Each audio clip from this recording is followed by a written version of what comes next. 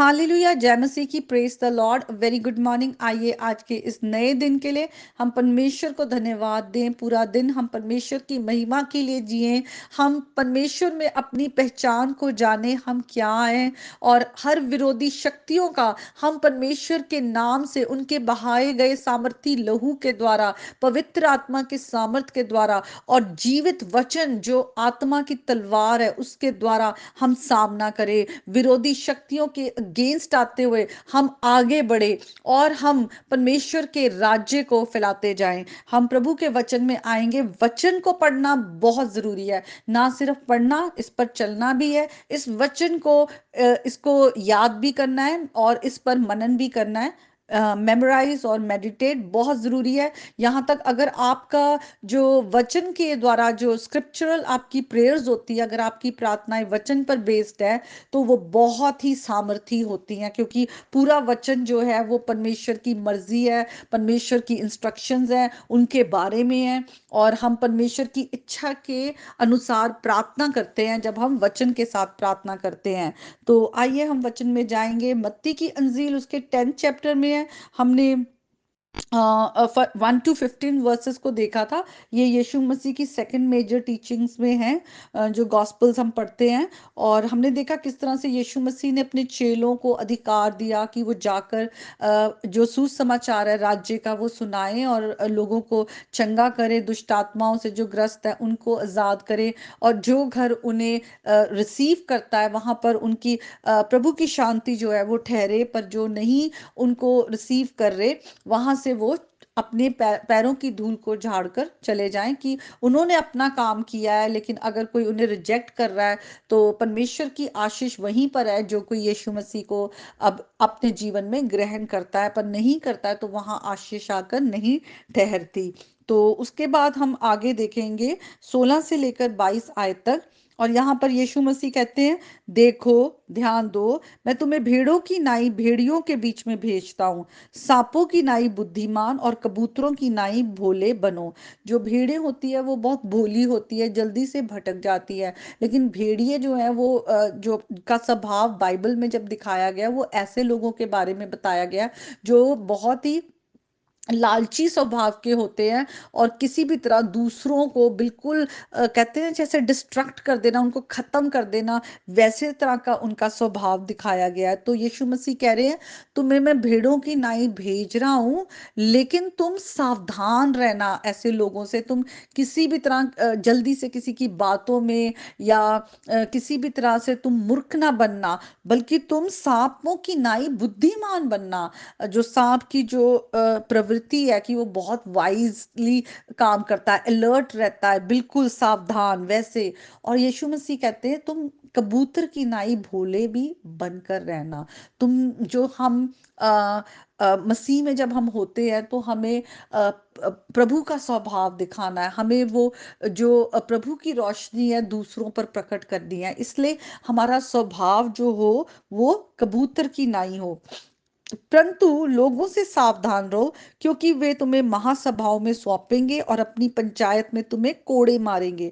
तुम्हें मेरे लिए हाकिमों और राजाओं के सामने उन पर और अन्य जातियों पर गवाह होने के लिए पहुंचाए जाओगे। तो हम यहाँ पे देखते हैं कि जब हम यीशु मसीह के नाम से जाते हैं, और यहाँ भी जब यीशु मसीह अपने चेलों को कहते हैं कि तुम मेरे नाम से जाओगे तो तुम्हारा विरोध किया जाएगा। ऐसा क्यों है? बहुत बार हैरानी होती है जब लोग कहते हैं कि दूसरी जो जातियां हैं वो सब जगह जाते हैं, कुछ भी मानते हैं, पर कोई भी उनका विरोध नहीं करता। लेकिन जब हम यीशु मसीह के नाम को लेते हैं तो एकदम से लोग बहुत ही उस बात से ऑफेंस ले लेते हैं या अच्छा नहीं मानते। ऐसा क्यों है? जबकि यीशु मसीह ने सबसे ज्यादा, अगर हम देखें कि यीशु मसीह ने माफ करना सिखाया, दुश्मनों से भी प्रेम करना सिखाया, और उनके लिए प्रार्थना करो और दूसरों की सह लो। हम फिर भी इतना विरोध क्यों है? क्योंकि वचन में लिखा है यीशु मसीह वो सच्ची ज्योति है जो इस संसार में आई, लेकिन अंधकार ने उसे ग्रहण नहीं किया। यीशु मसीह से अलग अगर हम देखें, पूरा संसार पाप में है, अंधकार में है, शैतान के वश में है। तो जब वो लोग शैतान के वश में हैं और वो अपने अंधकार के काम को छोड़ना नहीं चाहते, बुराई को नहीं छोड़ना चाहते, तो वो रोशनी में इसलिए नहीं आना चाहते, वचन में लिखा है, ताकि उनके बुराई के काम जो है प्रकट ना हो जाए। वो रोशनी में आना ही नहीं चाहते। उनके पास कोई वचन लेकर आ जाओ, उनके आगे कोई प्रार्थना कर दो, उनके आगे कोई वचन बोल दो, तो वो इतना बुरा मान जाते कि हमें ये नाम ही नहीं सुनना, हमें यीशु का वचन ही नहीं सुनना। ये इतना बड़ा विरोध है। और आज अगर आप में से कोई भी इस विरोध में है, तो आज आपके अंदर मेरी प्रार्थना है कि प्रभु का डर आ जाए, क्योंकि प्रभु से अलग होकर हम सब नाश की ओर जा रहे हैं। हम प्रभु से अलग होकर हमारी कोई जिंदगी नहीं, ना इस संसार में ना मरने के बाद। और प्रभु यीशु मसीह ही जिंदगी है, वही जिंदगी का रास्ता है जो हमेशा के जीवन के रास्ते में लेकर जा रहे हैं। और अगर हमने यीशु मसीह को आज ग्रहण नहीं किया, तो हम हमेशा हमेशा के लिए परमेश्वर से दूर हो जाएंगे और नरक की आग में रहेंगे। तो आज यीशु मसीह का जब वचन आता है, हम अपने मनों को हट्टी ना करें। जब हमारे अपने घर के लोग वचन में को नहीं जानते, ग्रहण नहीं करते, हमें कितना दुख होता है, क्योंकि हम जानते हैं कि ये जीवन नाशवान है, कभी भी खत्म हो जाएगा। और एक हमेशा का जीवन है जिसका वादा खुदा हमसे करते हैं, और वो सिर्फ प्रभु यीशु मसीह के ही द्वारा है। लोग समझ नहीं पाते कि कितनी जल्दी किसी का भी अंत हो सकता है, किसी को भी मृत्यु हो सकती है। कोई अच्छे से अच्छा खाता हो, या कोई अच्छे से अच्छा जिम जा रहे हो, या अपनी बॉडी को अच्छा रख रहे हो, लेकिन किसी भी समय मृत्यु हो सकती है। ये जीवन नाशवान है। तो आज हम सब ये खराब ना करें, जो यीशु मसीह हमेशा के जीवन का हमें प्रॉमिस देते हैं, हम उस प्रभु यीशु मसीह को अपने जीवन में ग्रहण करें। और यहाँ पे लिखा है, जब तुम पकड़वाए जाओ तो चिंता ना करना कि हम किस रीति से या क्या कहेंगे, क्योंकि बोलने वाले तुम नहीं, तुम्हारा पिता का आत्मा तुम में बोलता है। आज जब हम प्रभु यीशु मसीह में हैं, या आज हम यीशु मसीह के चेले हैं, चाहे जितना मर्जी विरोध आए, चाहे प्रभु यीशु मसीह के नाम से हमें अपना जीवन भी देना पड़े, मृत्यु भी आ जाए, तो भी हम किसी चीज से नहीं डरते। क्यों? क्योंकि प्रभु का आत्मा है, वो सच्चाई का आत्मा है। प्रभु का आत्मा है, वो सामर्थ का आत्मा है, और वो सामर्थ देता है कि हम सच्चाई जो है प्रभु की, उसको हम बोले, चाहे सामने से विरोध हो। क्योंकि जो दुष्ट है, वो उन लोगों के द्वारा जो उसके कब्जे में है, वो झूठ के साथ प्रभु की सच्चाई को दबाने की कोशिश करते हैं।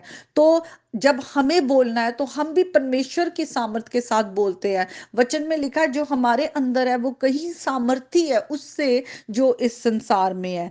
और आगे लिखा है, भाई भाई को और पिता पुत्र को घात के लिए सौंपेंगे, और लड़के बाले माता पिता के विरोध में उठकर उन्हें मरवा डालेंगे। प्रभु यीशु मसीह के नाम से बड़ी बार देखिए, घर के भी लोग विरोध में खड़े हो जाते हैं, और कुछ भी अगर उनकी बात के आगे नहीं मानते, या प्रभु यीशु के नाम से लोग इनकार नहीं करते, तो कई बार घर के लोगों के द्वारा भी यातनाएं सहनी पड़ती है।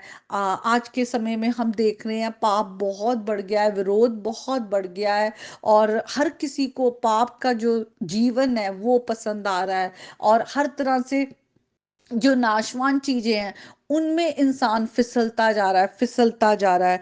लेकिन वचन में लिखा है कि चाहे यीशु मसीह के नाम से हमें लोगों की तरफ से बैर भी सहना पड़े, पर वचन में लिखा है, जो अंत तक धीरज धरता रहेगा उसी का उद्धार होगा। तो उद्धार करता यीशु मसीह है। हमें यीशु मसीह में विश्वास में बने रहना है। हम यीशु मसीह ने हमारे लिए क्रूस पर जान दी है।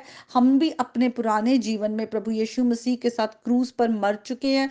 अब प्रभु यीशु मसीह हम में जिंदा है, और जो जीवन हम जीते हैं वो प्रभु यीशु मसीह के लिए जीते हैं।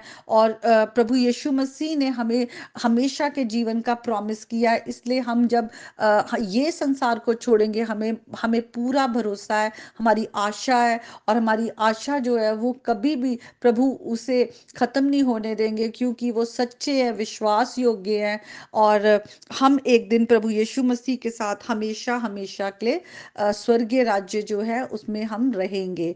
तो आज का वचन जब आपके पास आया है, मेरे अपने भाई बहनों से मेरी विनती है कि वो प्रभु के वचन को बहुत सीरियसली लें। हम अंत के दिनों में रह रहे हैं, तो प्रभु के वचन को आप पढ़ें और उस पर चलें। तो आज के इस वचन के द्वारा परमेश्वर आप सबको बहुत आशीष दे। आमीन।